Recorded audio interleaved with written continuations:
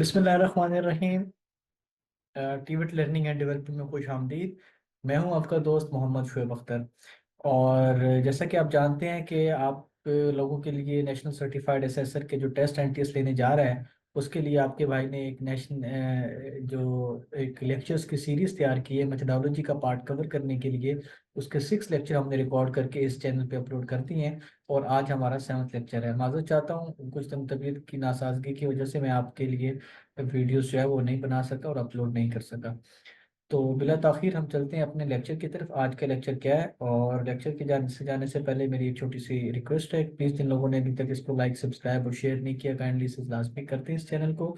और तमाम दोस्तों तक जिन लोगों ने जो भी वीटीआई या पीवीटीसी या डेप्टा के जो जो है जो ये देख रहे हैं वीडियोस को, अपने दूसरे जो कोलीग्स हैं उन तक भी इसको पहुँचा दें।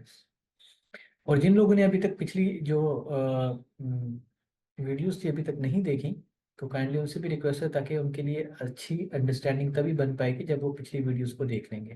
तो चलते हैं जी आज के लेक्चर की तरफ।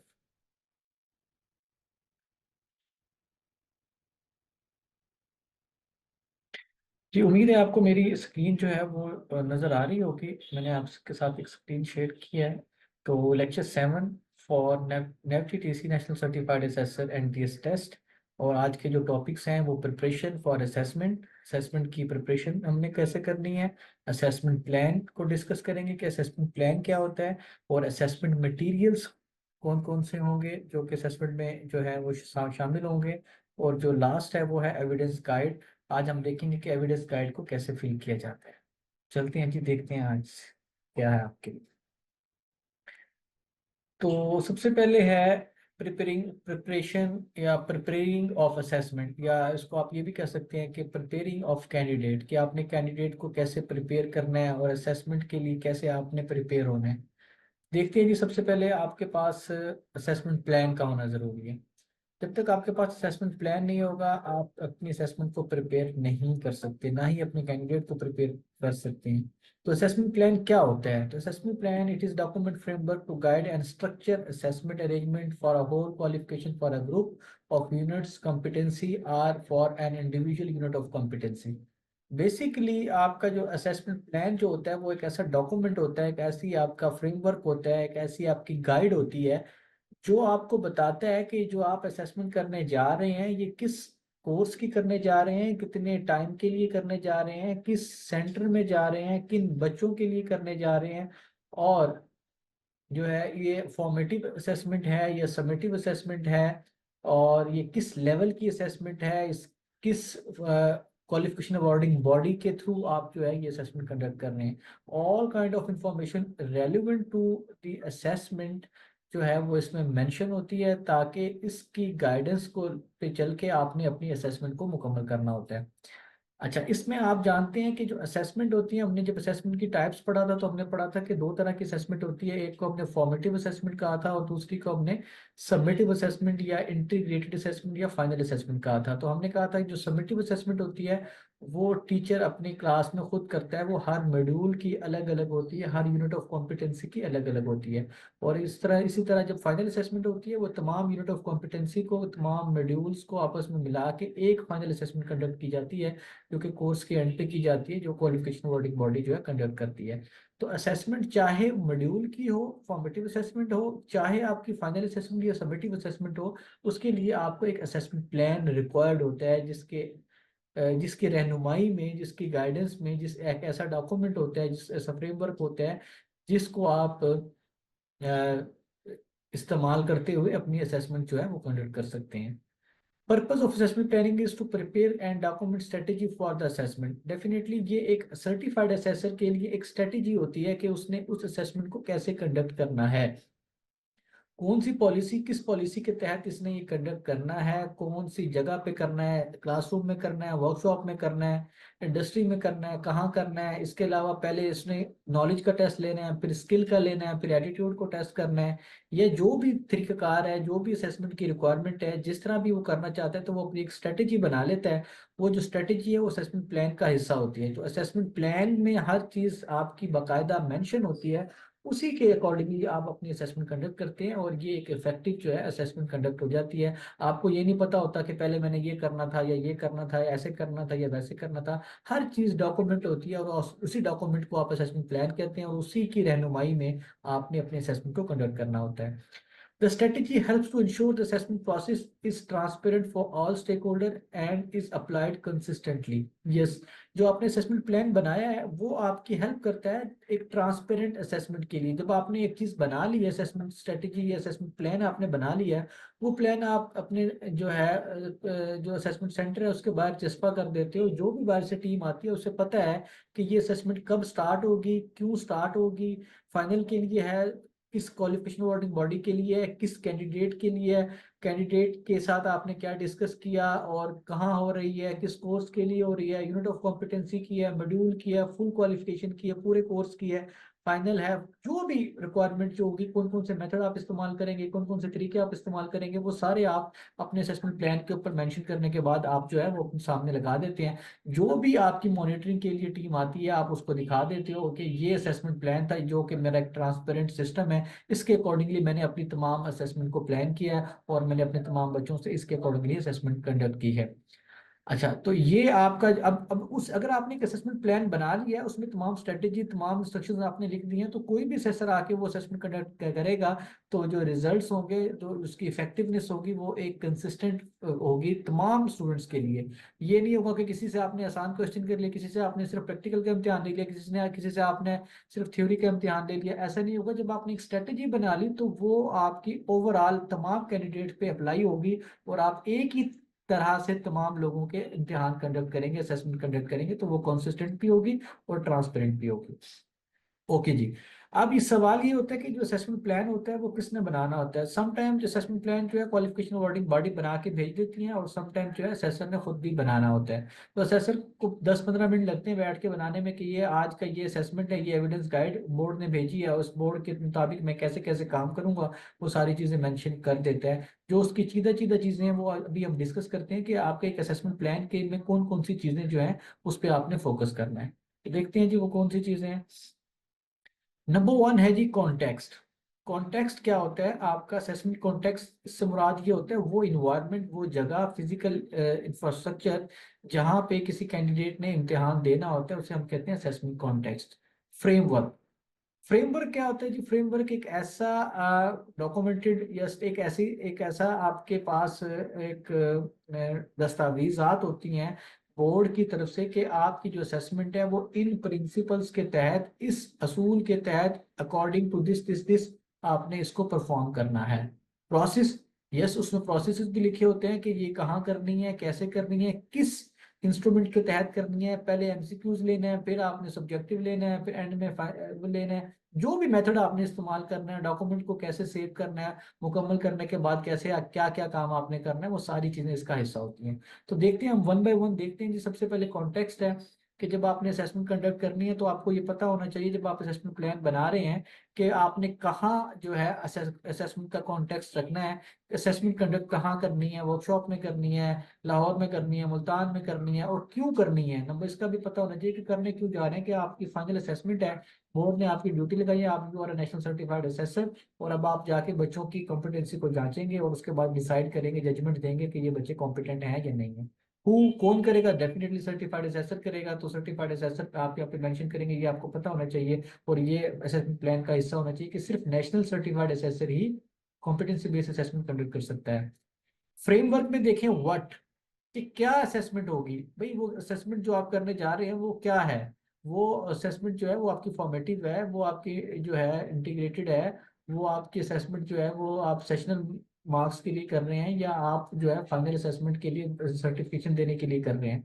हाउ, कैसे आप करेंगे, प्रोसेस क्या क्या है उसमें। आप नॉलेज को चेक करेंगे, स्किल्स को चेक करेंगे, इसके अलावा आप एटीट्यूड को चेक करेंगे, इन चीज़ों को चेक करेंगे। पहले आप नॉलेज का टेस्ट लेंगे, फिर स्किल्स का लेंगे, फिर एटीट्यूड को चेक करेंगे, फिर वाइवा कंडक्ट करेंगे, फिर प्रोजेक्ट्स को देखेंगे।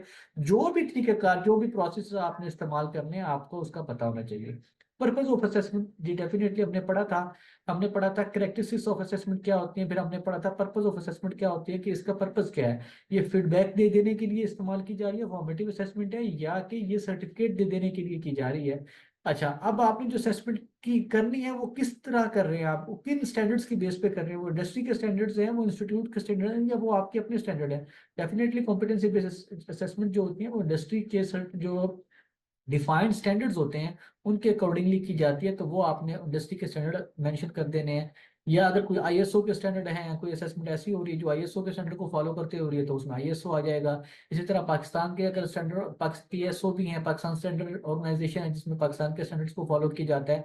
तो इट डिपेंड्स कि किन स्टैंडर्ड्स के तहत आप ये असेसमेंट कर रहे हैं। तो पाकिस्तान में टीवेट की जो असेसमेंट होती है वो डेफिनेटली इंडस्ट्री के स्टैंडर्ड के मुताबिक होती है, जिसको एफटीसी ने नोटिफाई किया होता है।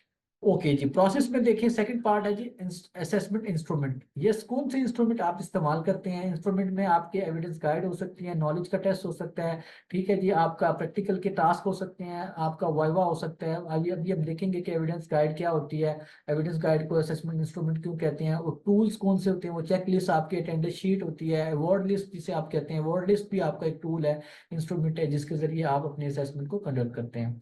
स्टेक होल्डर इन्वॉल्व, यस, कौन कौन से स्टेक होल्डर इन्वॉल्व होते हैं असेसमेंट में? मैंने आपको लास्ट लेक्चर में भी बताया था कि उसमें कैंडिडेट होता है, आप असेसर होते हैं, असेसमेंट सेंटर होता है, क्वालिफिकेशन वार्डिंग बॉडी होता है, नेफ्टीसी होता है, और इंडस्ट्री होता है। ये तमाम स्टेक होल्डर जो है आप उस पर मेंशन करेंगे। एनवीक्यूएफ, किस एनवीक्यूएफ के तहत आप ये कंडक्ट कर रहे हैं? पाकिस्तान है, पाकिस्तान में एनवीक्यूएफ है, उसका कौन सा लेवल है जो आप इम्तिहान कंडक्ट कर रहे हैं? तो पाकिस्तान एनवीक्यूएफ के मुताबिक आप लेवल 2 की असेसमेंट कंडक्ट कर रहे हैं तो डेफिनेटली आपको मेंशन करेंगे। इसी तरह असेसमेंट के मेथड आप जो है वो मेंशन करेंगे कि आप डायरेक्ट ऑब्जर्वेशन कर रहे हैं या आप इनडायरेक्ट कर रहे हैं, वो कौन कौन से मेथड इस्तेमाल करेंगे जिससे आप बच्चे को जांचेंगे। कैंडिडेट की सपोर्ट के लिए आपने क्या क्या रखा है? डेफिनेटली आपने कैंडिडेट को गाइड करना है, उसको प्रिपेयर करना है, तैयार करना है, उसकी कोई स्पेशल नीड है उसको पूरा करना है। वो तमाम चीज़ें जो आप किसी कैंडिडेट को के लिए ईजी बना सकते हैं इस इम्तिहान को, वो आप चीज़ें सारी डिस्कस करेंगे। क्वालिफिकेशन लिखेंगे, आप लेवल 2 के लिए कर रहे हैं, लेवल 3 के लिए कर रहे हैं, कोर्स का नाम क्या है, हॉस्पिटैलिटी है, शेफ का कोर्स है, कंप्यूटर ऑपरेटर की क्वालिफिकेशन है, या इलेक्ट्रिकल मैकेनिकल सिविल की क्वालिफिकेशन है, वो आप इस पर मेंशन करेंगे। लोकेशन, डेफिनेटली असेसमेंट सेंटर का आप जिक्र करेंगे, कौन सा असेसमेंट सेंटर है, किस शहर में, किस तहसील में, डेप्टा का है, पीवीटीसी का है, प्राइवेट सेक्टर का है, वो आप मेंशन करेंगे। यूनिट ऑफ कॉम्पिटेंसी लिखेंगे, अगर आपके फुल क्वालिफिकेशन की असेसमेंट नहीं कर रहे, किसी एक मॉड्यूल की कर रहे हैं, किसी एक यूनिट ऑफ कॉम्पिटेंसी की कर रहे हैं, तो आप डेफिनेटली वो लिखेंगे। Documenting plan, definitely documenting plan में आपका असेसमेंट प्लान आता है जिसमें तमाम चीज़ें आपने मेंशन की होती हैं। टाइम, यस, आप किस टाइम असेसमेंट कंडक्ट करेंगे, किस टाइम पे खत्म करेंगे, ये भी आपने मेंशन करना है। और पॉलिसीज, किन पॉलिसीज के through, qualification wording body, definitely मैंने बताया था आपको 12 क्वालिफिकेशन वार्डिंग बॉडीज हैं, तो किस क्वालिफिकेशन वार्डिंग बॉडी की पॉलिसी के तहत आप ये असेसमेंट कंडक्ट कर रहे हैं। एफटीटीसी का आपको इम्तिहान कंडक्ट कर रहे हैं, पीएसटीएफ का कर रहे हैं, टैप्टा का कर रहे हैं, पंजाब बोर्ड की तरफ से कर रहे हैं, टीटीपी की तरफ से कर रहे हैं, या किसी और क्वालिफिकेशन वार्डिंग बॉडी की तरफ से आप इम्तिहान कंडक्ट कर रहे हैं, तो उनकी पॉलिसीज को फॉलो करते हुए आप इस असेसमेंट को कंडक्ट करेंगे। तो मेरे दोस्तों, मुझे उम्मीद है कि आपको ये समझ आ गया होगा कि असेसमेंट प्लान कैसे बनाया जाता है और असेसमेंट प्लान के कौन कौन से अज्जा हैं जिनको मद्देनजर रखते हुए कोई आप असेसमेंट प्लान बना सकते हैं, और उसकी रहनुमाई में, उसकी रोशनी में आप अपने असेसमेंट को कंडक्ट कर सकते हैं। आगे देखते हैं जी असेसमेंट मटेरियल। जब आपने असेसमेंट करने जाना है तो आपके पास कौन कौन से असेसमेंट मटेरियल्स होते हैं? तो नंबर 1 है असेसमेंट प्लान, जो भी हमने आपसे डिस्कस किया कि वो एक डॉक्यूमेंट्री फ्रेमवर्क प्रूफ है, वो गाइडेंस है जिसके तहत आप अपनी असेसमेंट कंडक्ट करनी होती है। It is a document which guides and structure the assessment arrangements for the qualification or standard to be assessed. जो भी क्वालिफिकेशन या यूनिट ऑफ कॉम्पिटेंसी या आप कॉम्पिटेंसी स्टैंडर्ड्स या मॉड्यूल जिसको आप असेस करने जा रहे हैं, उसके लिए ये मुकम्मल जो है रहनुमाई आपको देता है कि आपने कैसे कैसे कौन से अरेंजमेंट्स करने हैं और कैसे इस असेसमेंट को कंडक्ट करना है। Evidence guides state the quantity and quality of evidence required including judgement statement for the assessor. Evidence guide basically एक ऐसी गाइड होती है जो कि आपको बताती है कि कितने एविडेंस, कितने आपने जो है एविडेंस जनरेट करवाने हैं असेसी से। असेसी के सामने एक आप कैंडिडेट का पोर्शन रख देते हैं, कैंडिडेट को पता होता है कि मैंने कितने एविडेंस जनरेट करने होते हैं, और एक आपके पास भी बेंचमार्क होता है, आपको भी पता होता है कि मैंने किस बेंचमार्क को मद्देनजर रखते हुए कैंडिडेट के परफॉर्मेंस को, उसके एवेल्यूशन करनी है कि, और उसके जो उसने एविडेंस पर आपको जनरेट करवाए हैं, आपने उसको कलेक्ट करके एनालाइज करना है कि इस बच्चे की परफॉर्मेंस कैसी है, और आपने उसको जजमेंट देनी है कि ये बच्चा कॉम्पिटेंट है या नहीं है। तो वो तमाम तर इंफॉर्मेशन जो कैंडिडेट के लिए है, जो आपके लिए असेसर के लिए है, और टूल्स एंड इक्विपमेंट की रिक्वायरमेंट है, वो तमाम चीजें जो है वो आपके एविडेंस गाइड पे मेंशन होती हैं। आज हम देखेंगे कि एविडेंस गाइड को कैसे फिल किया जाता है और वो क्या होती है।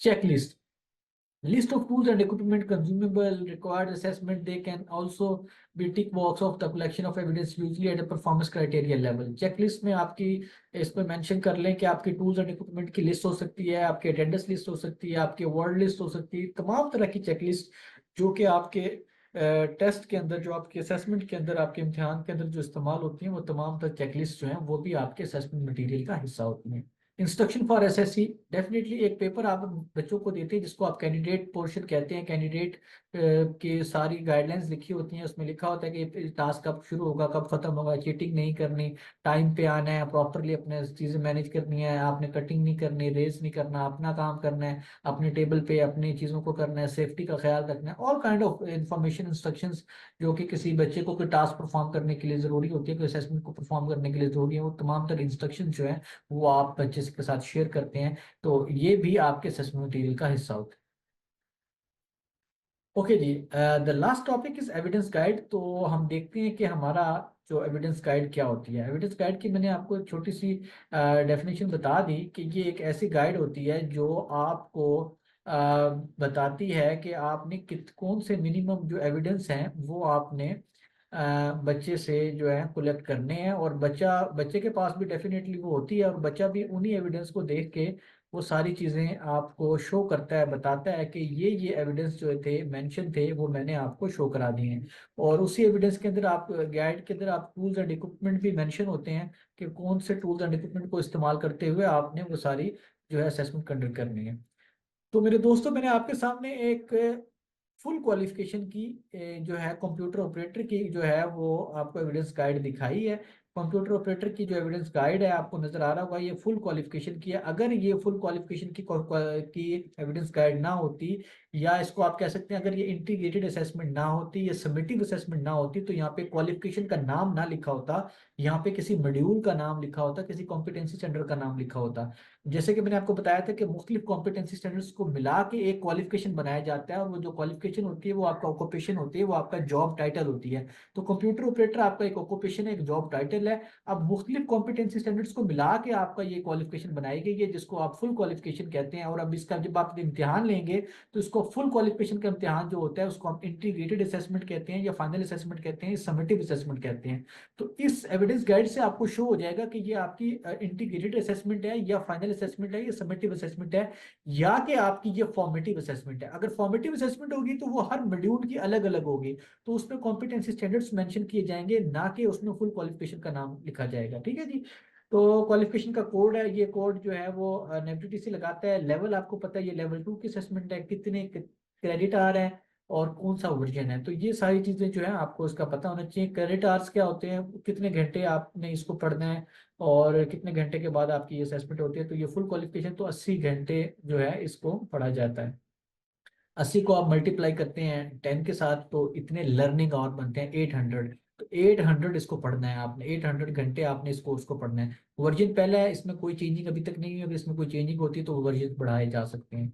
ओके जी, असेसमेंट गाइड के जो कंटेंट्स हैं उसमें असेसमेंट समरी एंड रिकॉर्ड है। ये सवाल अक्सर पूछा जाता है कि आप एविडेंस गाइड के जो कंटेंट है उसका उसमें बताएं वो कौन कौन सी चीजें होती हैं। सबसे पहले असेसमेंट समरी एंड रिकॉर्ड है।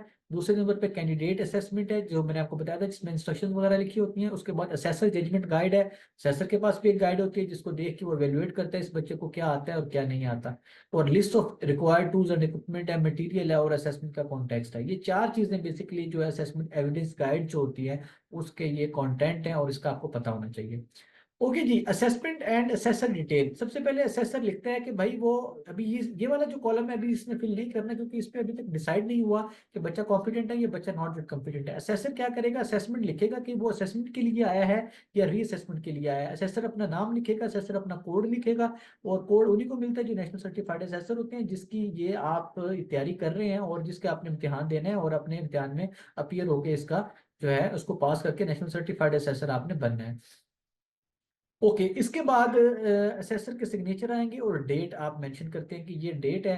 तो वो जिस दिन इम्तिहान हो रहा होता है वो आप उसको मेंशन कर देते हैं। अगला जो कैंडिडेट का पोर्शन है, आप कैंडिडेट का नाम लिखते हैं, उसका लास्ट नेम लिखते हैं, फादर नेम्स आप मेंशन करते हैं, इंस्टीट्यूट का नेम आप मेंशन करते हैं, बच्चे का सीएनआईसी नेम, रजिस्ट्रेशन नंबर अगर कोई है, मेल है, फीमेल है, ट्रांसजेंडर है। और कैंडिडेट से आप उसकी एक्सेप्टेंस लेते हैं कि बच्चा क्या आप इस इम्तिहान के लिए रेडी हैं? तमाम चीज़ें आपसे मैंने डिस्कस कर ली हैं, आपको पता है आप इम्तिहान लेना है। और अगर आप मेरे रिजल्ट से सेटिस्फाइड नहीं है तो आपको अपील का ऑप्शन भी दिया जाएगा, आप उसकी अपील कर सकती हैं कि मैं इस असेसर की जजमेंट से सेटिस्फाइड नहीं हूँ।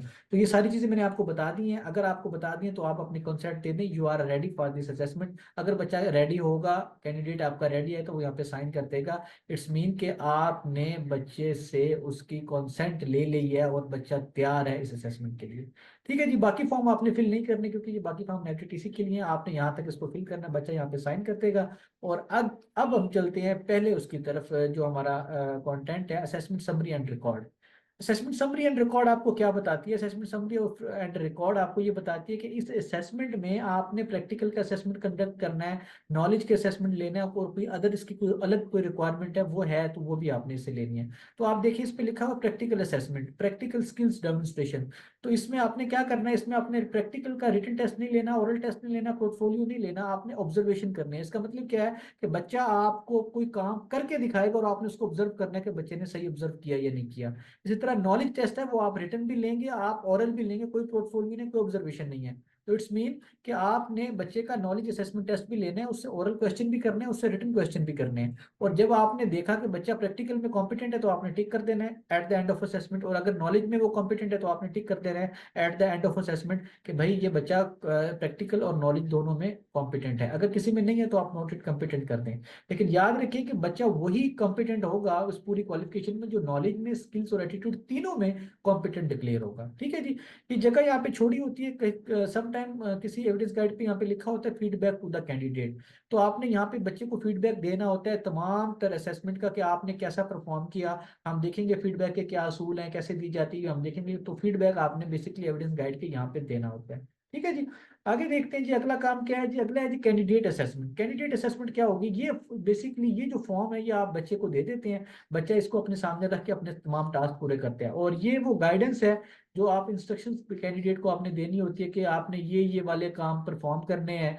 और इम्पोर्टेंट नोट आपके लिए है कि आपने परफॉर्मेंस क्राइटेरिया के मुताबिक काम करना है, ये टास्क परफॉर्म करने हैं। टाइम आपका 3 घंटे 3 आवर्स है, तो इसी टाइम फ्रेम में आपने इसको मुकम्मल करना है। आप देखें इसमें आपने टास्क लिख दिए हैं, ड्यूटीज लिख दी हैं कि आपने prepare a document system for installing MS office in drive D, in page software and drive ई।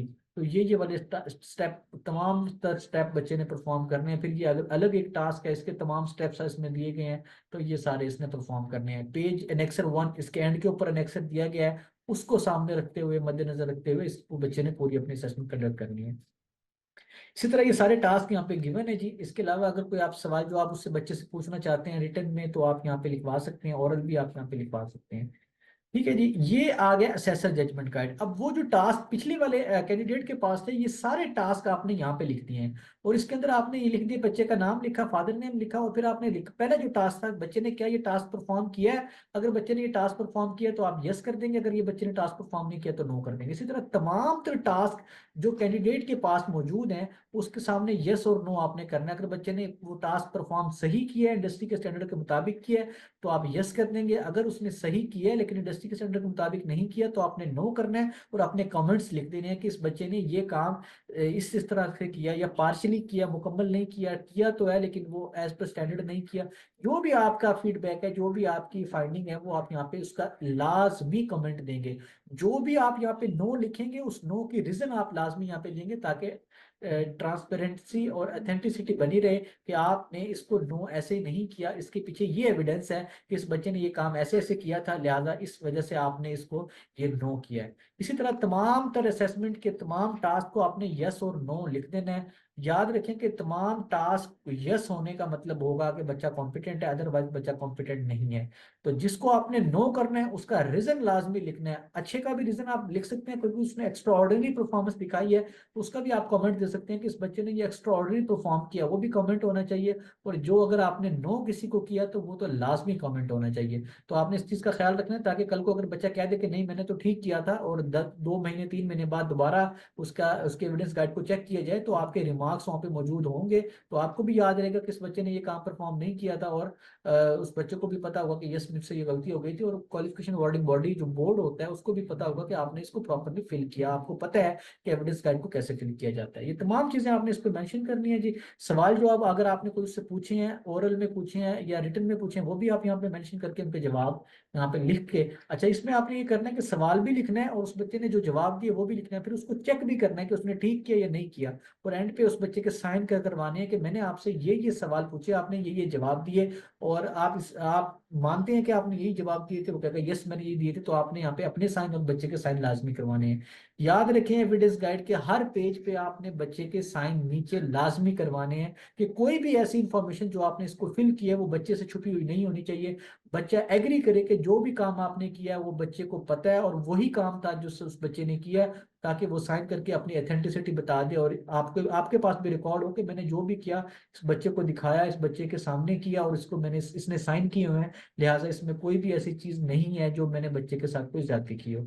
ठीक है जी, ये list of tools and equipment है। जब आप क्लास में आते हैं असेसमेंट शुरू होने से पहले टूल्स एंड इक्विपमेंट को आप देखेंगे, देखने के बाद आप डिसाइड करेंगे कि तमाम तर टूल्स एंड इक्विपमेंट लैब में मौजूद है। अगर लैब में मौजूद है फिर आप अपनी असेसमेंट कंडक्ट करवाएंगे, अगर ये चीज़ें लैब में मौजूद नहीं है तो आपने असेसमेंट सेंटर के मैनेजर को कहना है कि इन चीज़ों को प्रोवाइड करवाएं ताकि मैं अपनी असेसमेंट स्टार्ट करवा सकूं। ठीक है जी। इसके बाद ये एनेक्सर है जो मैंने आपको बताया था कि वो आपके क्वेश्चंस के अंदर मेंशन है कि एनेक्सर ए के मुताबिक आपने ये करना है, एनेक्सर बी के मुताबिक आपने वर्ड के अंदर जाके ये लिखना है, और टास्क 3 आपका ये है। तो ये सारी चीज़ें आप बच्चे के सामने रख देंगे, बच्चे ने तमाम तर टास्क वर्ड का, एक्सेल का, पावर पॉइंट का जो जो टास्क इस पे मेंशन है तो वो यहाँ पे डिटेल उसकी दी गई है, उसके मुताबिक बच्चा अपना काम परफॉर्म करेगा, और उसके मुताबिक आपने उसको असेस करना है और अपनी जजमेंट देनी है और अपना फीडबैक लिखना है। तो बेसिकली ये एक एविडेंस गाइड थी जिसका मैंने आपको एक मुख्तसरन जो है वो बता दिया, इसको हम फिल करना भी सीखेंगे अगले लेक्चर्स में। तो ये आपको पता होना चाहिए कि एविडेंस गाइड क्या होती है और किस तरह से इसको फिल किया जाता है। तो आते हैं जी अपने लेक्चर की तरफ। तो हमने आज जो है जो हमारे आज के जो टॉपिक्स थे वो हमने तकरीबन आई थिंक कवर कर लिए हैं। तो वीडियो ज़्यादा लंबी हो जाती है, दोस्त कहते हैं कि वीडियो ना बनाया करें। तो यस, हमने आज के अपने टॉपिक कवर कर लिए हैं। थैंक यू वेरी मच इस वीडियो को देखने के लिए। अगेन मैं आपसे रिक्वेस्ट करता हूँ, जिन लोगों ने अभी तक मेरे चैनल को TVET learning and development with Shoaib Akhtar Rao को लाइक सब्सक्राइब शेयर नहीं किया तो आप प्लीज़ उसको लाइक सब्सक्राइब और शेयर कर दें, ताकि आपको नई आने वाली वीडियोस भी मिलती रहें, और इसके साथ साथ आप अपने दोस्तों के साथ भी शेयर करें ताकि मैक्सिमम लोग इससे फ़ायदा उठा सकें। अपने दोस्त को दीजिए इजाज़त। Take care. अल्लाह हाफिज़।